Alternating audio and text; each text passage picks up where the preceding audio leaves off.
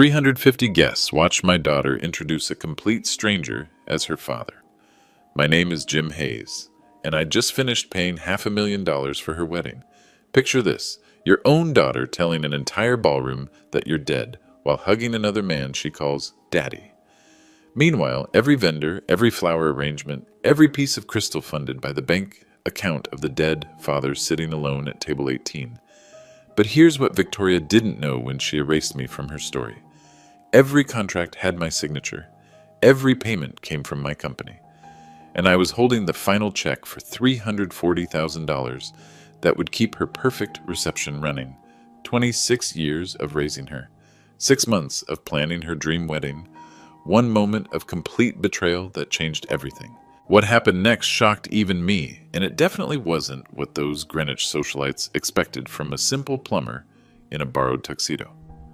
Before I tell you how this story ends, I have to ask, have you ever been invisible in a room full of people celebrating something you made possible? If this story hits home, hit that subscribe button. I post real stories about everyday justice, and I'd love to know where you're watching from. Because tonight, my daughter learned that some bills come due in ways you never see coming. The Ashford Estate in Greenwich, Connecticut, Saturday, June 15th, 2024, 4:30 in the afternoon. I pulled my 2019 Ford F-150 into the valet line behind a parade of Bentleys and Mercedes. The valet, kid couldn't have been more than 20, looked at my truck like I'd brought a dead fish to dinner. But he took my keys anyway. Professional courtesy, I guess. My rental tuxedo from Men's Warehouse felt like a costume, $89 for the day. Meanwhile, every other man here wore suits that cost more than most people's monthly rent. I could tell by the way the fabric moved. You don't build a business for 30 years without learning the difference between quality and pretense. But they had no idea who was really paying for their champagne. Inside, crystal chandeliers worth $25,000 each cast light over 350 of Connecticut's finest. The guest list read like a who's who of old money, families whose names appeared on hospital wings and university buildings. And there was Victoria, my daughter, floating through the crowd in her $32,000 Vera Wang gown. She saw me enter. Our eyes met across the room. She looked away. A wedding planner with a clipboard and a headset approached me. You must be... She checked her list. Table 18? Table 18. By the kitchen door, where the catering staff rushed back and forth with trays. Where the sound system had a slight buzz. Where families seat the relatives they have to invite, but don't want to explain. That's me, I said, and Victoria was at table 1, center of the room, spotlight position, with her new family, the Whitmores. Preston Whitmore III was her husband-to-be. Preston Whitmore Sr. owned half the commercial real estate in Fairfield County. They had money that was old when my grandfather was still farming in Ohio. I took my seat and watched my daughter work the room. She moved differently now, practiced, like she'd been born to this. When guests asked about her family, she'd point toward table 1 and smile. My father's right over there, she'd say, gesturing toward a distinguished man in his 60s with silver hair and a custom tuxedo. Richard Morrison. I'd never seen him before in my life. Meanwhile, my table filled with +1s and distant cousins. Nice people, but not the kind who get mentioned in the Connecticut Society pages. We made small talk about the weather and the beautiful venue. Nobody asked what I did for work. Probably for the best. 26 years of raising that girl. 26 years of scraped knees and bedtime stories and dance recitals. I'd missed exactly 3 of her birthdays, all because of emergency calls. Burst pipes don't wait for convenient times, but I always made it up to her. Always. I paid for her private school when her grades suffered in public. $14,000 a year for Fairview Academy. I paid for her college, Yale no less. $68,000 a year for 4 years. I paid for her apartment in Manhattan when she couldn't find work after graduation. $3,000 a month for 2 years. And now I was paying for this wedding. Every detail. The venue rental, $180,000. The catering, $85,000. The flowers, $28,000. The string quartet from the New York Philharmonic, $15,000. The photographer, $12,000. The 7-tier cake, $8,500. But Victoria had made one crucial mistake in her eagerness to fit in with Greenwich society. She'd forgotten to read the fine print on her dream wedding. The cocktail hour stretched on, and the distance between my table and hers felt like miles. I watched Victoria pose for photos with the Whitmores, playing the role of the grateful daughter they'd saved from obscurity. Every smile was a knife twist. If I stayed silent tonight, I'd lose more than money. I'd lose my self-respect. Let me tell you what 30 years of building Hayes Plumbing and Property Solutions really meant. Started in 1994 with a used van and a toolbox. Worked 16-hour days, 7 days a week for the first 5 years. Lived on peanut butter sandwiches and determination. But I didn't just fix pipes. I paid attention. I listened when customers talked about their problems. I learned that the lawyer with the leaking faucet was selling his building. I bought it. Fixed it up myself, rented it out, bought another, then another. 23 locations now. Hayes Plumbing and Property Solutions. We handle everything from residential service calls to commercial building management. Last year's revenue, $8.9 million. Net worth, certified by my CPA, same figure. Victoria knew none of this. In her mind, I was still the guy who came home with dirty hands and grease under his fingernails. The guy who embarrassed her at parent-teacher conferences because I wore work clothes. The guy who wasn't sophisticated enough for her Yale friends. She had no idea that her simple plumber dad owned more property than half the people in this room. But staying quiet meant accepting that she was ashamed of everything I'd worked for. It meant watching her build a marriage on lies. It meant teaching her that family loyalty was negotiable based on social status. The consequences would ripple through our family for generations. I reached into my jacket pocket and felt the folded papers I'd brought. Bank statements showing the $500,000 transfer to cover wedding expenses. Contracts with my signature as the sole financial guarantor. Email threads with wedding planner Melissa Chen. 23 messages over 4 months, all addressed to Mr. Hayes and copied to Victoria. She'd been copied on every email. She knew exactly who was paying for this fairy tale. The guest list included a reporter from Greenwich Social Register, here to cover the wedding of the season. Whatever happened tonight would be documented, photographed, possibly live-streamed to their social media followers. The Whitmores loved publicity, as long as it was the right kind. My attorney, Richard Paulson, sat 3 tables away. We'd worked together for 15 years. He'd flown up from Florida just for tonight, carrying a briefcase with documents that could change everything. I'd asked him to be here, just in case. He thought I was being paranoid. "Jim," he'd said over the phone, "she's your daughter. She loves you. This is just wedding stress." But Richard had never had to sit at table 18 while his daughter introduced strangers as family. Catherine Brooks, the venue manager, kept glancing my way. She knew who really signed the checks. When vendors had problems, they called me, not the Whitmores. I was the client. I held the contracts. I had the authority to make decisions. The Whitmores thought their reputation and social connections made them untouchable. They'd never dealt with someone who built their power from the ground up, one satisfied customer at a time. They understood inherited wealth, not earned respect. If I challenged Victoria tonight, I'd be forcing her to choose between her new family and her real one, between the lies she'd constructed and the truth she was running from, between the sophisticated life she wanted and the working-class values that built it. But if I didn't challenge her, I'd be teaching her that love without respect was enough, that she could take everything I'd given her and give nothing back, that being ashamed of your family was acceptable as long as you did it politely. The cost wouldn't just be financial, it would be spiritual. I'd raised a daughter who thought character was something you could buy and sell, who believed that loving someone meant never having to say, "You're grateful." My phone buzzed. A text from Victoria. "Daddy, please don't mention the plumbing business tonight. This is important to me." 30 years of sacrifice reduced to an embarrassment to be managed. I looked around the room, at the crystal and the gold and the flowers that cost more than most people's annual salary, at the guests who'd never worked with their hands or worried about making payroll, at my daughter who'd learned to be ashamed of the very qualities that made all this possible. The decision crystallized in that moment, because some lessons can only be taught the hard way. 7:15. The cocktail hour hit full swing, and the social ecosystem revealed itself in all its polished cruelty. 3 guests approached my table within the first hour. All had worked with Hayes Plumbing over the years. Margaret Henderson, whose flooded basement I'd personally fixed last winter. Dr. James Walsh, whose medical building we'd renovated in 2019. Sarah Chen, whose restaurant's plumbing emergency I'd handled on Christmas Eve, 2022. Jim Hayes! Margaret's face lit up. I didn't expect to see you here. Father of the bride, I said simply. Her expression shifted. Confusion, then understanding, then something approaching sympathy. Oh my.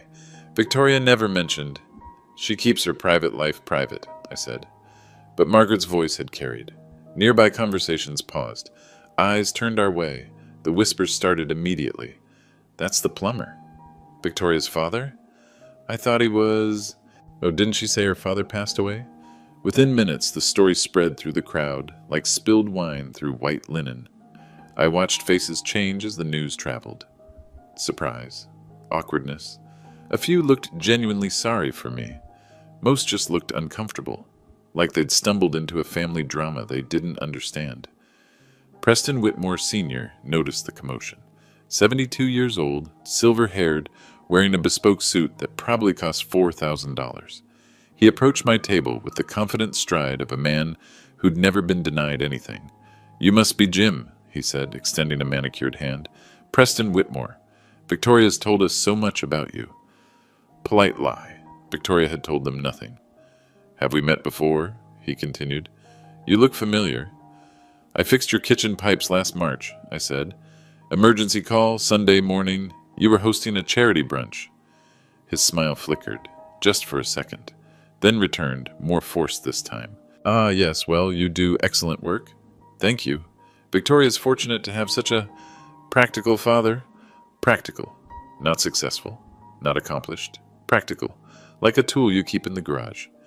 He patted my shoulder, a gesture that managed to be both condescending and dismissive, and moved away. But the damage was done. The entire room now knew that the bride's father was the help. I watched Victoria's reaction from across the room. She'd seen the conversation, seen the whispers. Her face flushed red, then went pale. She said something sharp to Preston III, who immediately looked in my direction. Not friendly curiosity, assessment, like he was calculating whether I posed a threat to his perfect evening. The string quartet played Pachelbel's canon.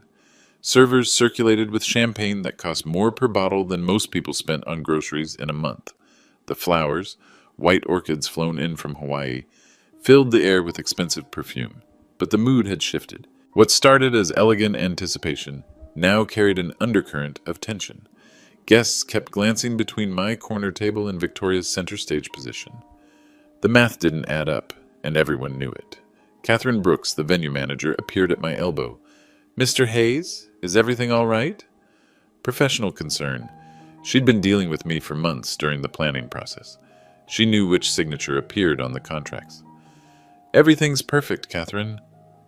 If you need anything at all, please let me know immediately. She emphasized immediately in a way that suggested she understood the delicate dynamics at play. Catherine had worked events for Greenwich Society long enough to recognize when social hierarchies were about to collapse. Preston III made his way over to me. 28 years old, Harvard MBA, trust fund baby who'd never earned a callus in his life.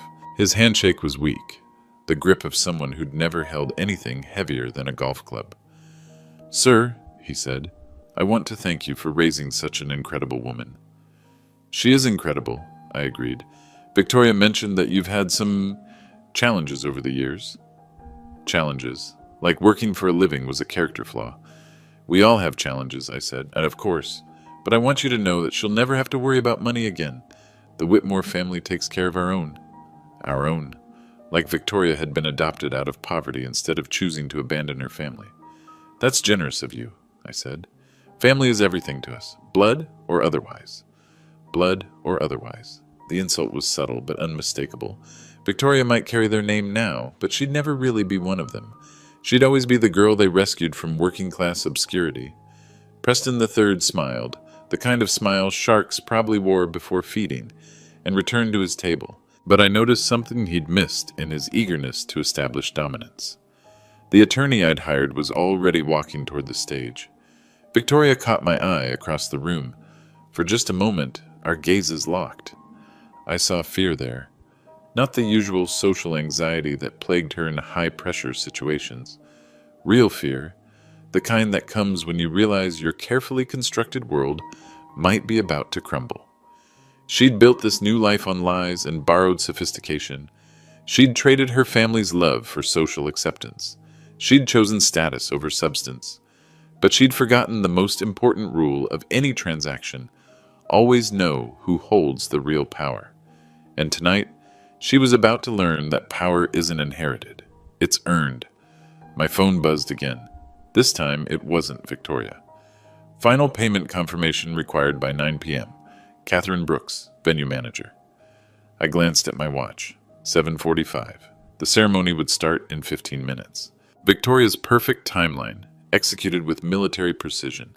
But timelines can change quickly when you're the one holding the checkbook.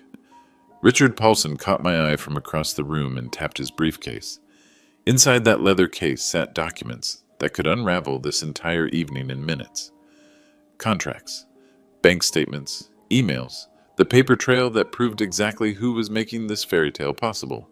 Richard had initially questioned my decision to bring legal documentation to my daughter's wedding. "It seems excessive, Jim." "It's insurance," I told him. Now I was beginning to think I might need that insurance after all. Catherine Brooks approached my table again. This time, she wasn't alone. Two of her assistant managers flanked her, young professionals in dark suits with earpieces and clipboards. "Mr. Hayes," Catherine said quietly, "could we speak privately for a moment?" We stepped to the side of the room, away from the crowd. "Sir, we've had some inquiries about the final payment schedule." "What kind of inquiries?" "The catering team needs confirmation on the outstanding balance. $340,000. The contract specified payment before service begins." I pulled out my phone and opened my banking app. The Hayes Property Solutions business account showed a balance that would make most people dizzy. But more importantly, it showed the pending transfer to Ashford Estate Catering, scheduled for 9:15 p.m. Scheduled, not completed. "Is there a problem with the payment?" Catherine asked. "No problem at all," I said, "as long as the service meets the standards we agreed upon." Catherine's expression shifted slightly. After 15 years in the hospitality business, she'd developed an instinct for when clients were about to become difficult. But she'd also learned to recognize real authority when she saw it. "Of course, sir, everything will be perfect." "I'm counting on it." As she returned to her team, but I noticed how they continued to watch me, not with the casual attention they'd give a guest's father, with the focused concern they'd give their actual client, because they understood something the Whitmores hadn't figured out yet. In business, signatures matter more than surnames. My phone rang. Unknown number with a Connecticut area code. "Mr. Hayes, this is David Chen from Fairfield County Social Register. We're covering the wedding tonight." "I'm not interested in interviews." "Actually, sir, I was calling about the catering situation. I understand there's been some confusion about the payment structure." Word traveled fast in small communities. Someone had talked. "No confusion," I said. "Everything's exactly as it should be. Will the reception proceed as scheduled?" Interesting question. David Chen wasn't calling about social coverage. He was calling because someone had tipped him off that tonight's wedding of the season might not go according to plan. "You'll have to wait and see," I said, and hung up. Preston Whitmore Sr. was holding court near the bar, regaling guests with stories about his latest yacht purchase. $2 million for something he'd use 6 weekends a year. But he was careful to speak loudly enough that everyone could hear about his casual relationship with money. Old money loves an audience almost as much as it loves itself. But old money also makes assumptions. They assume that because they've always had wealth, they understand how wealth works. They assume that social connections are the same as business relationships. They assume that a working-class man in a borrowed tuxedo poses no real threat to their carefully ordered world. Tonight, they were about to learn the difference between having money and controlling it. The ceremony was about to begin. Victoria's moment of triumph. The culmination of months of planning and a lifetime of social climbing. But every perfect moment depends on someone keeping the lights on. And I was the one holding the switch. 8:45 p.m. Dinner service was in full swing, and the mood had shifted from cocktail tension to celebration. The ceremony had been flawless. Victoria radiant in her Vera Wang gown, Preston III playing his part with practiced perfection. Even I had to admit they looked good together. But the real test was about to begin. Preston Whitmore Sr. stood to give his toast. The room quieted as 350 guests turned their attention to the head table. Crystal glasses caught the light from those $25,000 chandeliers. The moment felt suspended, perfect, like a photograph from a society magazine. Friends, family, and honored guests, Preston Sr. began, his voice carrying the authority of old money and older privilege. Tonight we celebrate not just the union of two young people, but the joining of two families. Polite applause, knowing smiles. Everyone understood their role in this performance. Victoria, he continued, turning toward my daughter, you have brought such joy to our family. Your grace, your intelligence, your character. These are the qualities that make us proud to call you our daughter. Our daughter. The phrase hit like a physical blow. But I especially want to thank the man who raised you to be the remarkable woman you are today. Preston Sr. raised his glass and looked directly at Richard Morrison, the distinguished stranger sitting at the head table. To Victoria's father, a man who embodies everything we admire about integrity and dignity. The room erupted in applause. 350 people rose to their feet, glasses raised toward a man who had never changed my daughter's diaper, never stayed up all night when she had a fever, never sacrificed a single thing for her happiness. Victoria beamed, her smile radiant and grateful. She raised her own glass toward Morrison, mouthing, "I love you, Daddy," for all to see, 26 years of fatherhood erased with a single toast. But Preston Sr. wasn't finished. Victoria often tells us how fortunate she is to have been raised by such a principled man, how his guidance shaped her into someone who understands the importance of family, loyalty, and doing what's right. His voice carried across the room with perfect projection. In a world where so many young people lack proper role models, Victoria had the blessing of a father who taught her the difference between class and mere wealth. The irony was so thick I could taste it. Richard Morrison, Preston Sr. continued, gesturing grandly toward the impostor, thank you for giving us the gift of your daughter.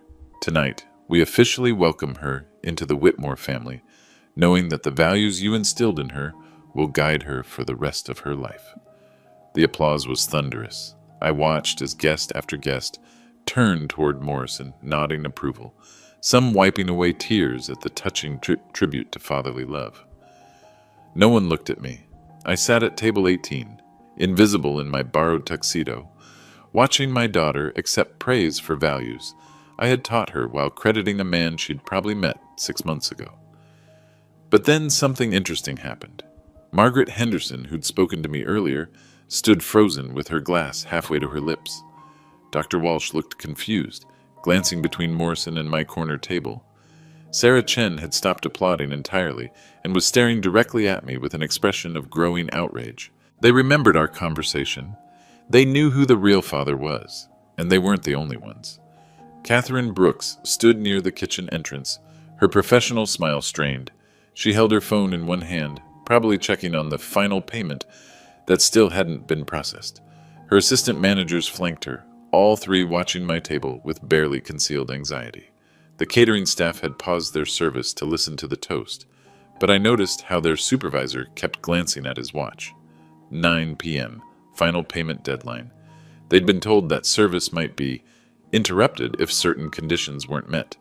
Preston Sr. concluded his toast with a flourish. To Victoria and Preston, may their marriage be as blessed as the family that raised her. The room exploded in celebration. Guests surged toward Morrison to offer congratulations. Victoria hugged him tightly, tears streaming down her face, whether from joy or relief I couldn't tell. But I noticed something else. David Chen from the Fairfield County Social Register stood near the exit with a photographer, both watching the scene with the intense focus of journalists who sensed a bigger story developing. Chen's phone was already out, recording everything. Richard Paulson had positioned himself near the stage, briefcase in hand. When our eyes met across the room, he nodded once. Ready. My phone buzzed with a text from Catherine Brooks. Sir, we need to speak immediately. Payment issues. I stood up from table 18. The room was still celebrating, glasses raised, people laughing and congratulating each other on witnessing such a touching family moment. But a few guests noticed my movement. Margaret Henderson watched me with growing understanding. Dr. Walsh had gone pale, realizing what was about to happen. I walked slowly toward the stage where Preston Sr. still stood, basking in applause. Each step felt deliberate, final, the point of no return. Victoria saw me coming. Our eyes met across the crowded room, and in that instant I saw her recognize something in my expression that she'd never seen before. Not disappointment, not hurt, resolution. Preston III stepped protectively closer to his new wife. Preston Sr. continued accepting congratulations, oblivious to the shift in energy around him. But Catherine Brooks was already moving, her team spreading out around the room's perimeter. The catering staff had quietly stopped serving. David Chen raised his camera, because sometimes the truth has to be spoken loudly enough that everyone can hear it, even the people who don't want to listen. I reached the edge of the stage area. Preston Sr. finally noticed my approach, his celebration smile faltering slightly.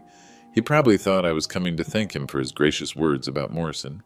He had no idea I was coming to introduce myself. I reached for the microphone. "Excuse me," I said. The room didn't quiet immediately. Conversations continued, guests still caught up in the emotional high of Preston Sr.'s toast. But those closest to the stage began to notice something unusual. A man in an ill-fitting tuxedo approaching the microphone that had just been used to honor someone else entirely. Preston Sr.'s expression shifted from confusion to alarm. "Sir, I'm not sure this is—" "My name is Jim Hayes," I said, my voice carrying across the room through the sound system, "and I'm Victoria's father." The effect was immediate. Conversations stopped mid-sentence. Glasses paused halfway to lips. 350 people turned to stare at the man who'd just disrupted the perfect evening. Victoria went white. Preston III stepped forward, probably planning to have me escorted out, but I held up my hand.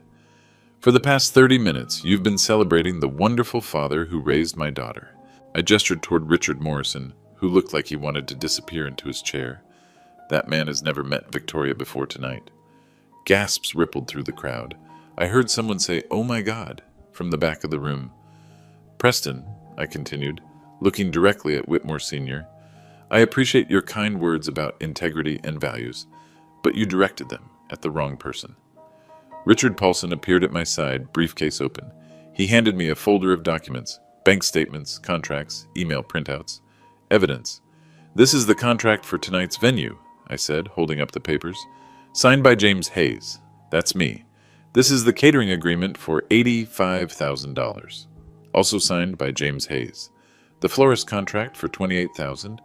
The musician contract for $15,000. Every single vendor agreement for this evening." I could see faces in the crowd shifting from confusion to understanding. Margaret Henderson was nodding grimly. Dr. Walsh looked sick. "The total cost of this wedding is $500,000. Every penny paid by Hayes Property Solutions. That's my company." Victoria found her voice. "Daddy, please don't—" "Don't what?" I asked, my tone still calm but carrying more edge now. "Don't tell the truth? Don't embarrass you? Don't exist?" Preston Sr. stepped forward. "Now see here, you can't just—" "I can't what? Pay for my daughter's wedding? Because that's exactly what I did." I held up my phone, showing the banking app.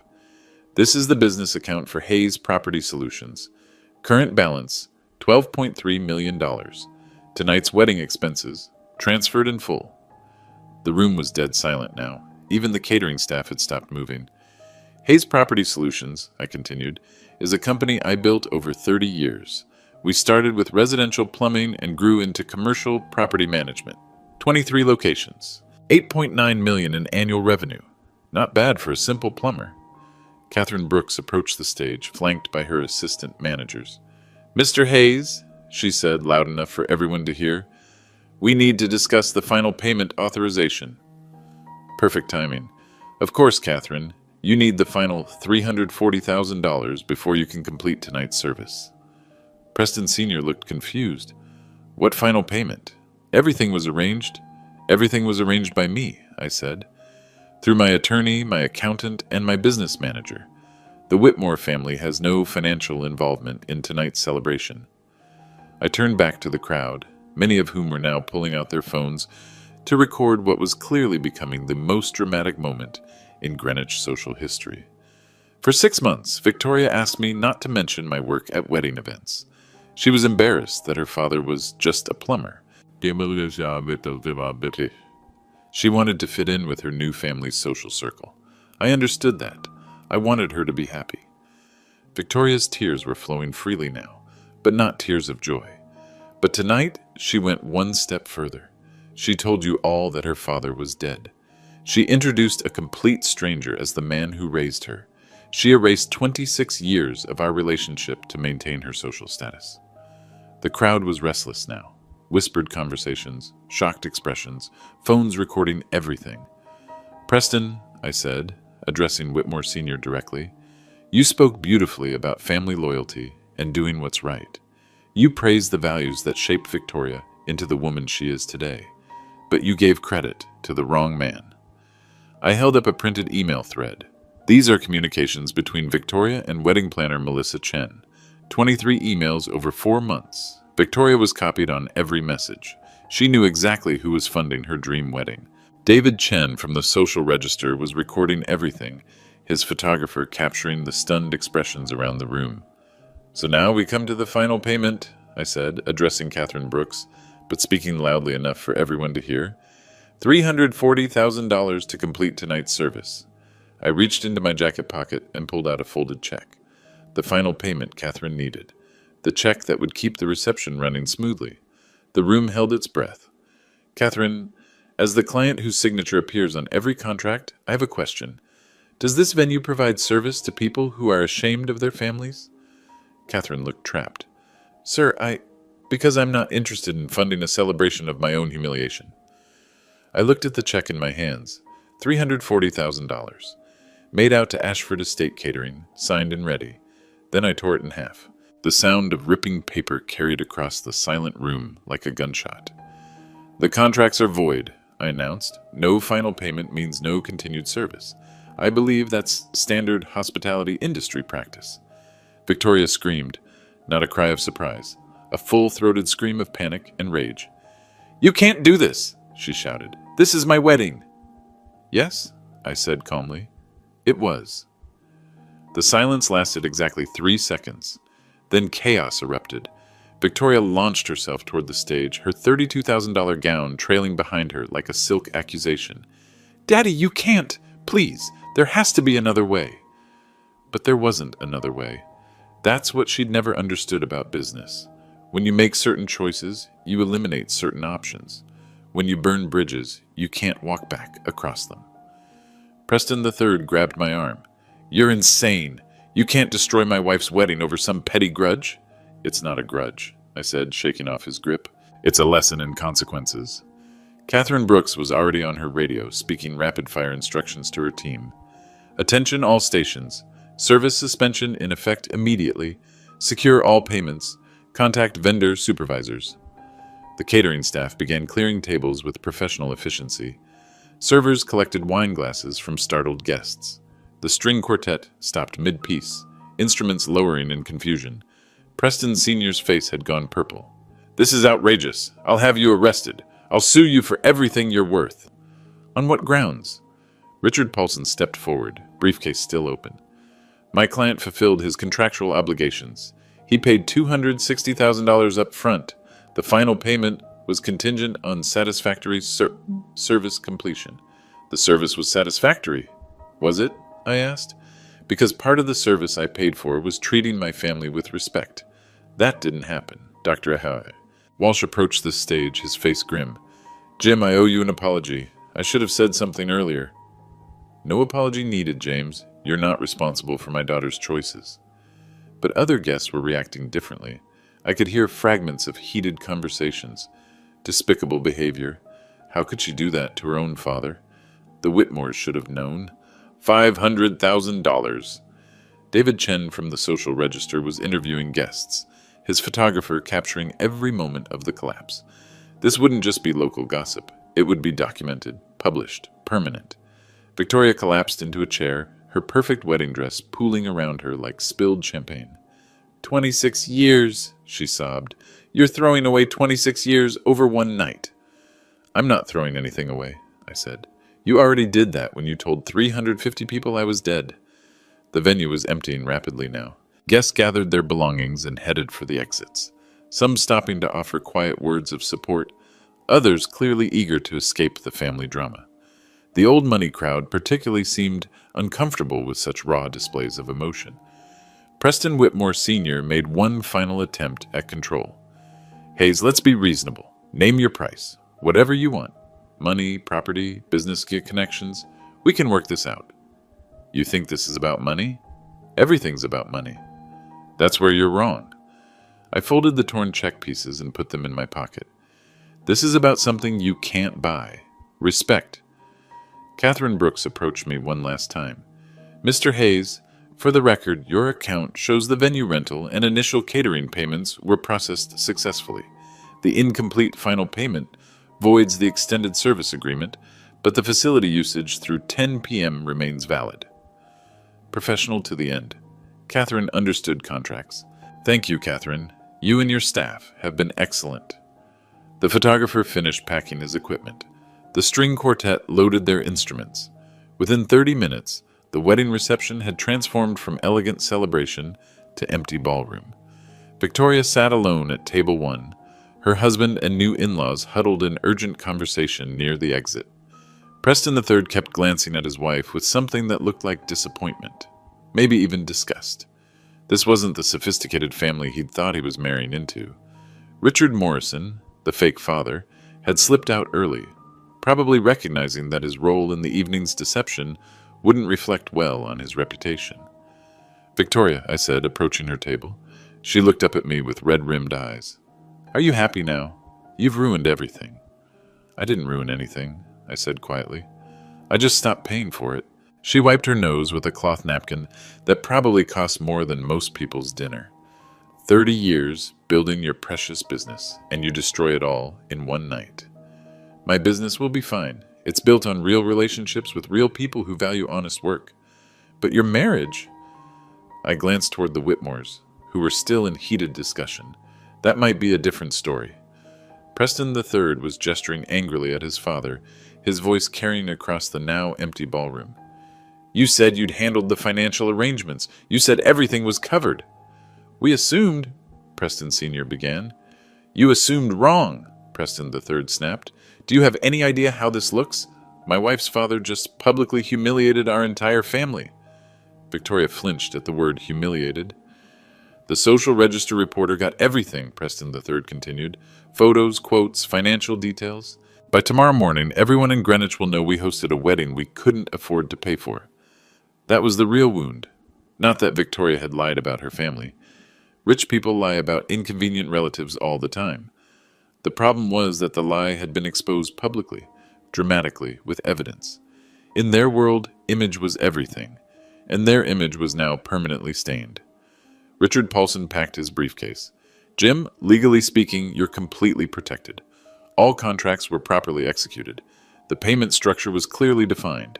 No court would find fault with your actions. Thanks, Richard. But personally speaking, that was either the bravest thing I've ever seen or the most devastating. Maybe both. Victoria stood slowly, her dress rustling in the empty ballroom.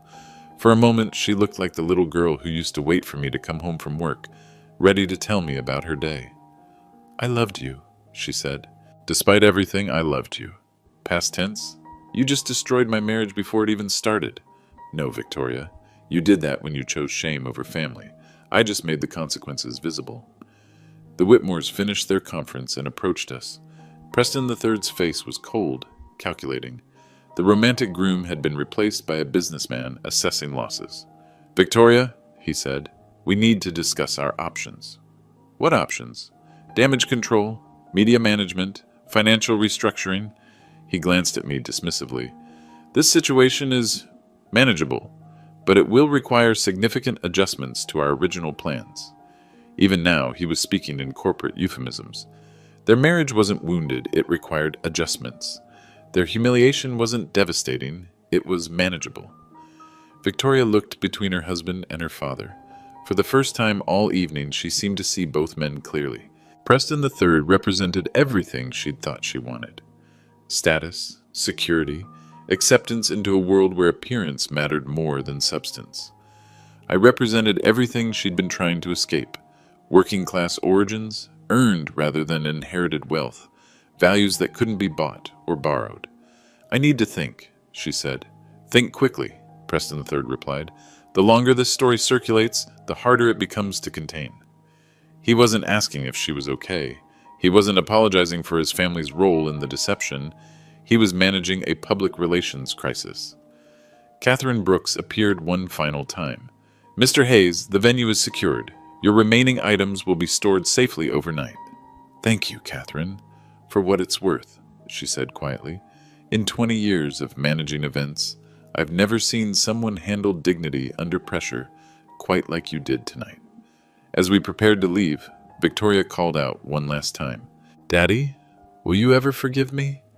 I stopped at the ballroom entrance and looked back at my daughter, standing alone in her wedding dress, amid the empty tables and cold chandeliers. "Victoria, forgiveness isn't something you ask for once and receive forever. It's something you earn every day through your choices." "What does that mean?" "It means the next move is yours." The story broke in the Fairfield County Social Register Sunday morning. David Chen's article ran with the headline, "Wedding of the Season Ends in Financial Drama as Bride's Father Cancels Payment." The piece included photos from the reception, quotes from unnamed guests, and a detailed breakdown of the evening's costs. By noon, it had been shared across every social media platform in Connecticut. By evening, it had gone national. Victoria called me at 7 a.m., her voice hoarse from crying. "It's everywhere, Daddy.